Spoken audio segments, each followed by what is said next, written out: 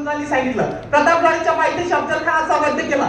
नंतर काय झालं की अफजल खानचं मुंडकं घेऊन प्रतापगड वरती गेले आणि याचं काय करायचं. शिवराय म्हणाले की वैर हे जिवंतपणी असते, मेल्यानंतर तसं वैर नसते.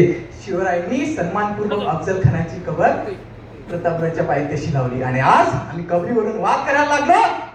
अरे असू द्या, दिसू द्या आमच्या येणाऱ्या पिढीला की आमच्या राजांनी काय करून ठेवलं. जो माणूस या महाराष्ट्राच्या आई बहिणीवर अत्याचार करण्यासाठी आला होता, त्याच महाराष्ट्राने, त्याच राजाने या मातीत गाळण्याचं काम केलं. हे आमच्या येणाऱ्या पिढीला दिसू द्या.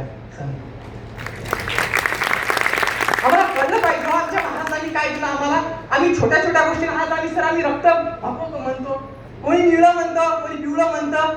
मला तर खरं सांगतो मी, रक्त लालच असते. ज्याचं भगवं झालं असेल त्यानं टेस्ट करून घ्या, पांढऱ्या पेशी वाढले असते. आणि ज्याचं निळं झालं त्याला तर मुका मारच लागला आणि त्याला पिवळं झालं की नाही त्याला 100% मोठा कावीळ व्हायला. अरे विचार भगवा असतो. ज्या दिवशी छत्रपती शिवरायांनी भगवा फडकला त्या दिवशीच या महाराष्ट्रात एक भगवा वादळ झालं, एक भगवा विचार झाला. विचार भगवा असतो हो, हे आम्हाला समजलं पाहिजे. आम्ही या पुढच्या पिढीला आम्ही काय देणार आहोत, याच्यातून आम्हाला काय झालं. बघ शिवजयंती झाली, बस इथून आमचं समजा आम्ही टेम्पररी झालो. प्रत्येक गोष्ट आम्ही टेम्पररी, आमच्या रिंगटोन सुद्धा शिवजयंती आली की रिंगटोन लागायला लागतात. नंतर आम्ही शिवरायांना विसरून जायला लागतो, हे सुद्धा आम्हाला समजलं.